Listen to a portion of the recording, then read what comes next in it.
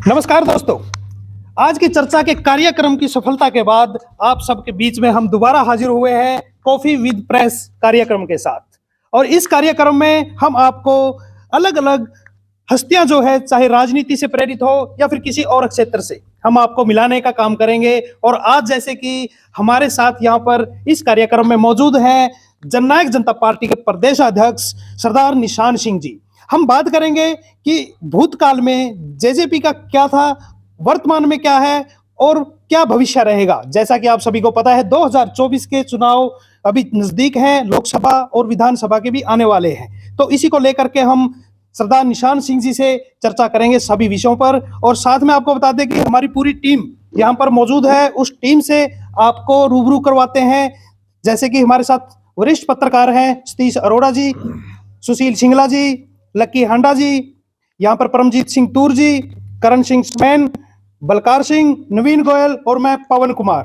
तो इसमें हम पहले आज चर्चा शुरू करने से पहले एक बात आपको बता देते हैं कि राजनीतिक कैरियर कैसा रहा है सरदार निशान सिंह जी का, और आने वाले समय में क्या नीतियां लेकर के आने वाले हैं हरियाणा के लिए जननायक जनता पार्टी। तो सबसे पहले मैं गुजारिश करूंगा अपने वरिष्ठ पत्रकार सतीश अरोड़ा जी से कि आप अपने सवाल सरदार निशान सिंह जी से पूछिए। जी सतीश अरोड़ा जी। नमस्कार साथियों, मैं आपको बता दूं कि 2019 के चुनाव से पहले जननायक जनता पार्टी का गठन हुआ था और उसके बाद चुनाव में 2019 के चुनाव में 10 सीटों के साथ जननायक जनता पार्टी का जो पदार्पण हुआ, 10 सीटें जीती और साथ में सरकार में भी काफी हिस्सा लिया इन्होंने। पिछले लगभग 4.5 वर्षों से सरकार चल रही है। भाजपा और जजपा आपसी सहयोग से सरकार चला रहे हैं। उनमें क्या क्या हुआ है, क्या क्या उनकी डिमांड थी, जो क्या वादे पूरे कर पाए हैं या नहीं कर पाए हैं, जो वादे चुनाव से पहले किए थे, और आने वाले समय में चुनाव में क्या होगा। आप बताएं कि 2 पार्टियों का गठबंधन है, जजपा और भाजपा का। अब 2024 का चुनाव नजदीक है, विधानसभा का भी और साथ में लोकसभा का चुनाव तो आने ही वाला है। लोकसभा चुनाव में क्या आपका गठबंधन बरकरार रहेगा या चुनाव मिलकर लड़ेंगे या अलग अलग से लड़ेंगे? अगर मिलकर लड़ेंगे तो कितनी सीटों पर आप दावा करेंगे और वो कौन कौन सी सीट होंगी? देखिए, गठबंधन जब भी होते हैं वो चुनाव पूर्व होते हैं और तब होते हैं जब चुनाव आयोग उनकी डेट डिक्लेयर कर देता है। जैसे ही चुनाव आयोग इसकी तारीख देगा तो तब बैठ करके चर्चा होगी। अभी तो आफ्टर इलेक्शन हमारा गठबंधन हुआ था भारतीय जनता पार्टी से। अभी तो हम मिलकर के प्रदेश की गवर्नमेंट को चला रहे हैं और नेक्स्ट जो इलेक्शन होगा उसमें कैसे आपस में बैठ करके चर्चा होती है, कैसे उस पर सहमति बनती है, उस पर डिपेंड करेगा। तो जैसा कि अरोड़ा जी ने सवाल पूछा और बड़े ही सरल स्वभाव से और सिस्टम को ध्यान में रखते हुए, राजनीतिक कैरियर आपका देख सकते हैं कि सरदार निशान सिंह जी का बहुत पुराना है, उसी हिसाब से इन्होंने अपने सवाल किए हैं। अब परमजीत सिंह तूर जी अपने सवाल रखेंगे क्योंकि काफी टाइम से इनके मन में चल रहा है। मुझे लग रहा है कि हाँ, कुछ हलचल हो रही है कि सवाल पूछने का बहुत ज्यादा लालसा हो रही है। जी आप पूछिए। मेरा सवाल जो है हटके है, राजनीति से हटकर है। मैं सरदार निशान सिंह जी से ये पूछना चाहूँगा, एक किसान परिवार से किसानी की, लगता है कि राजनीति शुरुआत ही आपकी रही, और राजनीति में आने का आपने कैसे सोचा और कैसा सफ़र रहा आपका? शुरू में कांग्रेस पार्टी, इनेलो, उसके बाद जजपा, आपने सरपंच का चुनाव भी लड़ा और लोगों के एक लोकप्रिय नेता रहे हैं, आज भी हैं, पहले भी रहे हैं, आज भी लोगों में आपकी लोकप्रियता की चर्चा रहती है। और राजनीतिक करियर के बारे में आप थोड़ा प्रकाश डालेंगे? देखिए, जब छोटे चुनाव व्यक्ति लड़ता है, हमें तो कई बार थोड़ा सा हैरानी सी होती है कि मिनी बैंक, सबसे छोटा अदारा है हमारे चुनाव की बात अगर करें तो उस मिनी बैंक के प्रधान के चुनाव के लिए मैंने फाइट किया। तो अब ऐसा शर्मसी भी आती है, मिनी बैंक का चुनाव लड़ा था, देन पंचायत में आके सरपंच बन गए, 1 बार बने, 2 बार बने, 3 बार बने। तो उसके बाद फिर राजनीतिक एक थोड़ी सी चेटक सी लग जाती है व्यक्ति को, या उस सर्कल में आ जाता है व्यक्ति। बड़े लोगों के चुनावों में जा करके उनके सपोर्ट करके फिर थोड़ी थोड़ी आदत बन गई। तो करते करते को लोग छेड़ने लगे भी विधानसभा का चुनाव लड़ना चाहिए। तो पहले हम सोचते थे कि मजाक कर रहे हैं कि हमारा इतना वो नहीं है हालात कि हम चुनाव लड़ें विधानसभा का। तो विधानसभा का चुनाव भी लड़ लिया, 1 नहीं लड़ दिया, 4 लड़े। तो मेरा मतलब ऐसी राजनीति में व्यक्ति आ जाता है।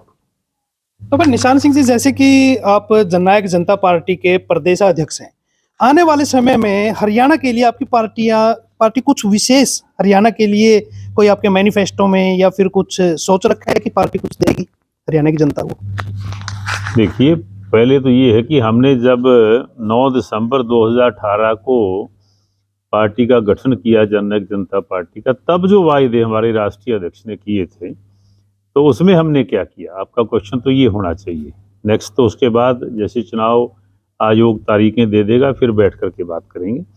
उसमें जो वायदे हमने किए, जो प्रॉमिस लोगों के साथ थे, उनमें एक बात को छोड़ करके कि हमने ये कहा था कि हमारी अगर गवर्नमेंट बनती है तो हम 5100 रुपये बुढ़ापा पेंशन हरियाणा के बुजुर्गों, उसमें हम 1000 का इजाफा कर पाए, क्योंकि हमारी अपनी गवर्नमेंट नहीं थी और ये मुद्दा भारतीय जनता पार्टी का नहीं था, ये तो ओनली जेजेपी का था।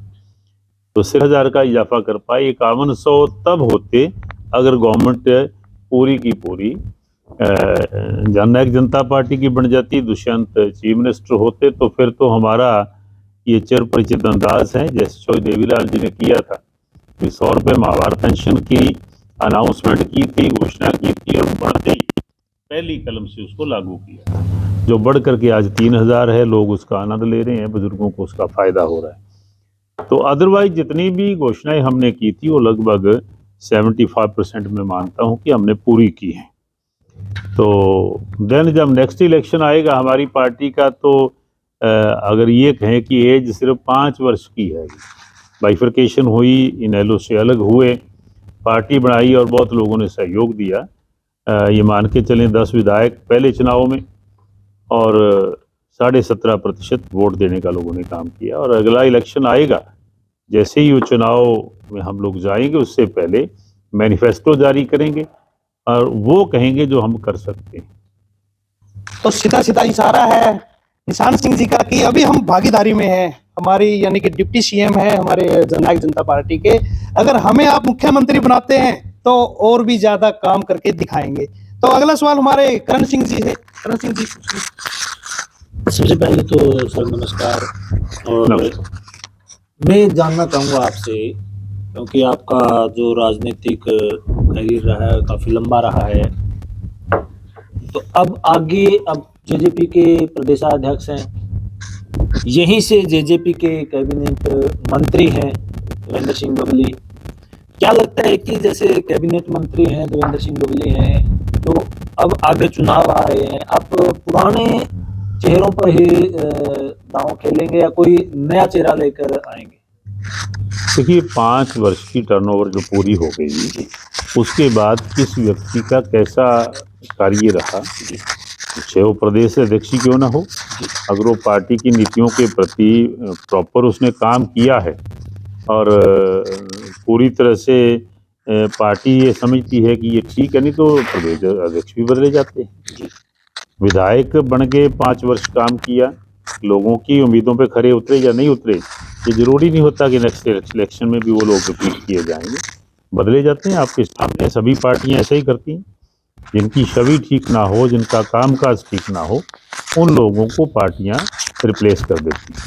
तो ये तो वक्त आएगा तब हमारे पार्लियामेंट्री बोर्ड के लोग बैठेंगे, बैठ करके चर्चा करेंगे कि कौन कौन कैंडिडेट हों। तो आने वाला समय ही बताएगा। जैसे निशान सिंह जी ने बताया कि किसको रिप्लेस किया जाएगा, कौन मौके पर मौजूद है, जो चाहे वो जीते हुए हैं विधायक या फिर हारे हुए हैं, उनको समय ही बताएगा। तो जैसे कि चाय की कॉफी की चुस्कियां ले रहे हैं, जैसे कि हमारा कार्यक्रम है कॉफी विद प्रेस, चुस्कियां लेते हुए सभी सवाल जवाब कर रहे हैं और निशांत सिंह जी बहुत ही अच्छे ढंग से सभी सवालों का जवाब दे रहे हैं। तो अभी हमारे सुशील सिंगला जी सवाल करेंगे। आपके मन में क्या सवाल है निशांत सिंह जी से पूछिए। नमस्कार प्रधान जी। नमस्कार। प्रधान जी, 2019 चुनाव से पहले बीजेपी आती है हरियाणा में और 10 विधानसभा सीट जीतकर सरकार में भागीदारी बनती है। उस समय में आपको प्रदेश अध्यक्ष की जिम्मेदारी देगी और आगे भी आप संभाल रहे हैं इसको। तो आने वाले चुनाव में अब मिशन दुष्यंत 2024 का नारा दिया गया है और दुष्यंत जी ने एक स्टेटमेंट भी दी है कि हवा बनानी पड़ेगी पार्टी को, जैसे पहले बनाई गई थी। तो उसके लिए क्या अपनी प्लानिंग है कि कैसे हम उसको उतरेंगे? देखिए, चुनाव से पूर्व लोगों को आपकी बात पे विश्वास हो, उनको ये पता हो कि ये पार्टी, ये नेता हमारी जो वायदे किए उन पे खरे उतरने वाले हैं। लोगों के अंदर आपका विश्वास बढ़ाना सबसे ज़रूरी है।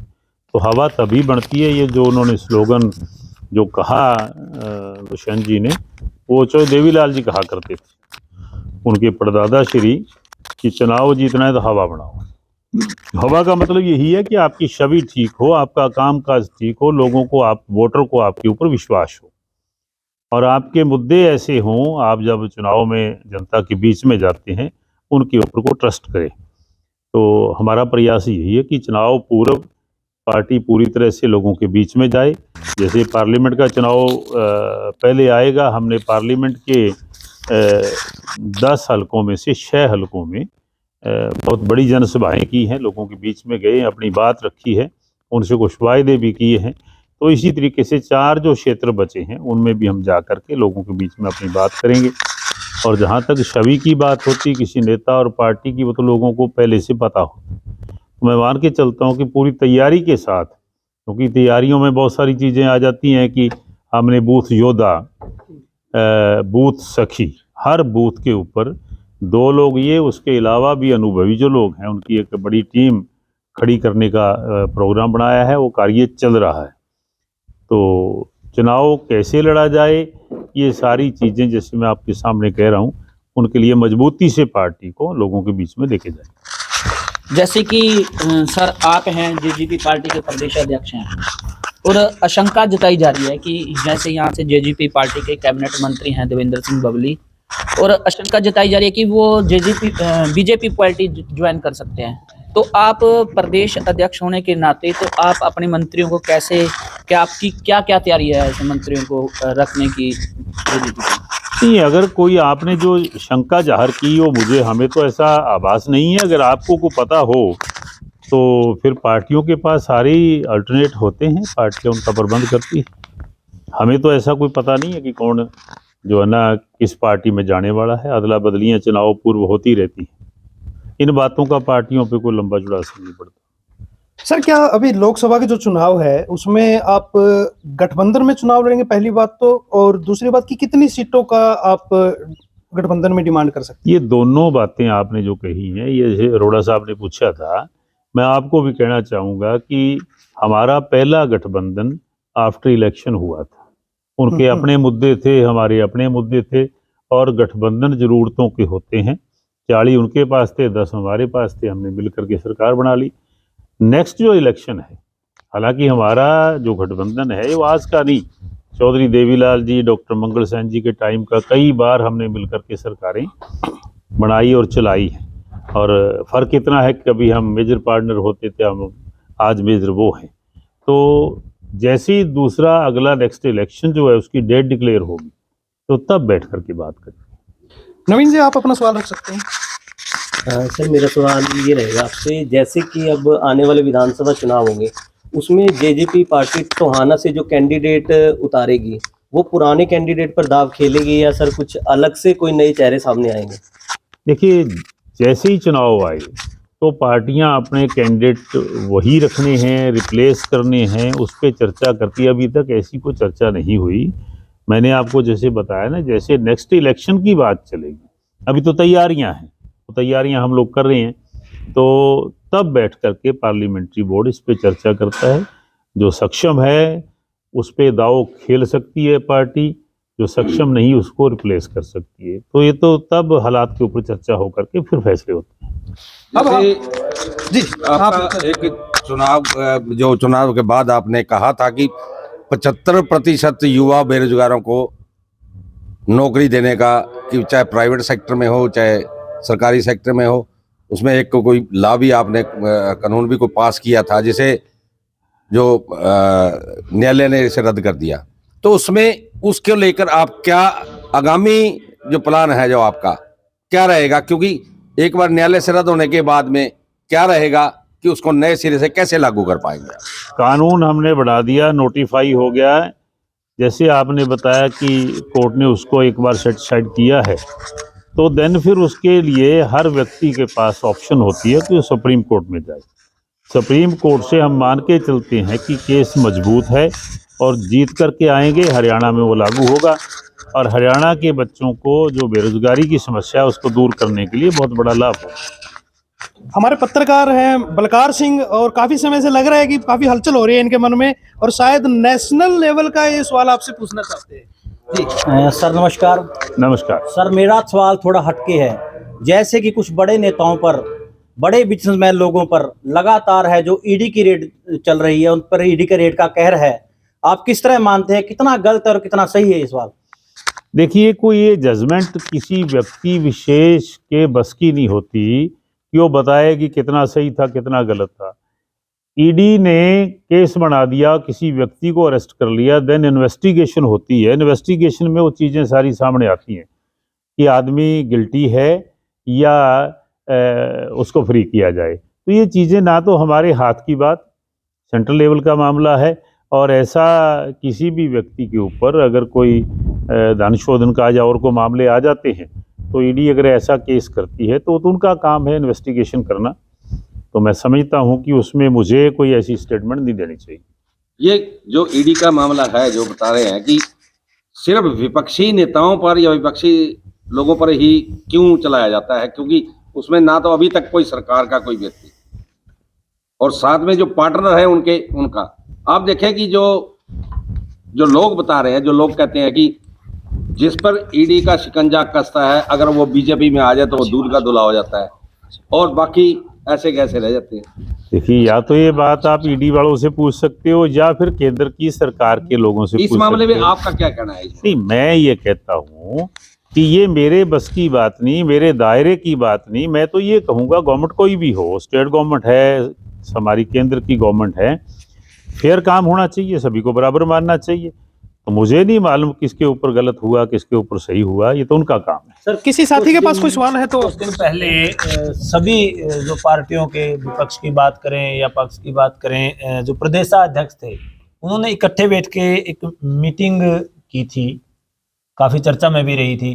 तो क्या नया प्रदेश के लिए एक निर्णय किया गया है या कोई एक नई रणनीति बनाई गई है? कैसे सभी पार्टियों के प्रदेश अध्यक्ष वैसे इकट्ठा नहीं बैठते, इतना प्यार नहीं होता आपस में। जनता टीवी के लोगों ने चंडीगढ़ में पंचकुला में एक डिबेट रखा था और उनका अपना अंदाज है कि बस में बिठा करके लोगों को 10-20-30 किलोमीटर का चक्कर लगा के वहीं बातचीत करते हैं। तो उन्होंने सबसे बातचीत पूछी, सबका मन टटोलने का काम भी किया, कैसे अगला चुनाव लड़ोगे, तो सब लोगों ने अपनी बात भी रखी, तो सक्सेस रहा वो डिबेट जो था। किसी साथी के मन में कोई सवाल है तो पूछ सकते हैं। जैसे आपको करीबन 20 साल से शुगर की दिक्कत भी रहती है, इतना हलचल रहती है, तो कैसे मेंटेन करते हैं आप अपने आप को? लगातार चंडीगढ़ से टोहाना से दिल्ली भी जाना पड़ता है। देखिए, लोग आपसे इतने लोगों के बीच में घिरे रहते हो, लगातार समस्या सुनते हो, और इतनी परेशानी के बाद भी कहाँ से एनर्जी आती है शरीर? कोई परेशानी नहीं, परेशानी तो आपके मन की होती है। जीवन हमारा उस मालिक के हाथ में है, लेकिन इस अपनी सेहत को तंदुरुस्त रखना, सेहत को पूरी तरह एक्टिव रखना, वो आपके हाथ में है। आपका खान पान सही हो, आपका एक्सरसाइज प्रॉपर हो। पहली दूसरी की वो जो कायदे कहते थे वो पढ़ते थे, तभी भी आता था कि व्यायाम करें। तो हर व्यक्ति को रोजाना व्यायाम करना चाहिए, एक्सरसाइज करनी चाहिए, योग करना चाहिए, तंदुरुस्त रहता है, कोई दिक्कत नहीं, एनर्जी मिलती है, इम्यूनिटी लेवल आपका बढ़ता है। हमें तो कभी कोई परेशानी हुई नहीं। जैसे मिलकर भी खुशी हो जाती है जैसे हमारा नेचुरली जब हम अपने लोगों से, सीनियर मोस्ट लोगों से, अपने जूनियर से, बराबर के साथियों से मिलते हैं, परिवार है एक, और परिवार के लोग मिलते हैं तो जरूर खुशी होती है। प्रधान जी, जैसे लोकसभा चुनाव भी है, विधानसभा चुनाव उसके बाद है, तो जेजेपी की कैसी तैयारियां हैं और कैसा काम चल रहा है आज चुनाव? जैसे मैंने बताया कि हमने नारा दिया है मिशन दुष्यंत 2024 चुनावी वर्ष को, और इस चुनावी वर्ष के अंदर पार्टी में अच्छे लोगों को जोड़ रहे हैं। जैसे बताया कि हर बूथ के ऊपर एक बड़ी अनुभवी लोगों की टीम वो खड़ी कर रहे हैं कि ताकि बड़ी मजबूती से चुनाव लड़ा जा सके। हमने नाम दिया है बूथ योद्धा और बूथ सखी। बूथ सखी इसलिए कि ये दुष्यंत जी की पहल थी कि महिलाओं को बराबर का दर्जा मिले, और पंचायती राज में हमने देने का काम किया। 50% भागीदारी उनको दी है, पुरुषों के बराबर उनको लेकर के आए हैं। तो मैं मानता हूं कि उनको वो भी अपना अनुभव जो है उनका वो उसका हमें लाभ होगा। हर बूथ के ऊपर महिलाओं को मोटिवेट करने के लिए वो बूथ सखी का जो काम है वो करेंगे। तो पार्टी को मजबूत कर रहे हैं ताकि अगला इलेक्शन जो है वो बढ़िया ढंग से लड़ा जा सके। जैसे कि आप सभी ने सुना, सरदार निशान सिंह जी ने आने वाले समय में अपनी रणनीतियां भी बताई और जननायक जनता पार्टी हरियाणा वासियों के लिए किस तरह से अगला चुनाव लड़ेगी वो सब कुछ बताया। आपने सुना कि पंक्चुअल हैं, बीमारी होते हुए भी अपने सेहत का ध्यान रखते हैं और लोगों को मोटिवेट भी करते हैं, जैसा कि आप सभी ने सुना। आज की ये चर्चा आपको कैसी लगी? कॉफी विद प्रेस और आने वाले समय में आपको किसी ऐसी ही हस्ती से दोबारा मिलाएंगे। तब तक जुड़े रहिए हमारे साथ। धन्यवाद। प्रधान जी से ना आप प्रधान जी से अपना तुलना करके देख लो।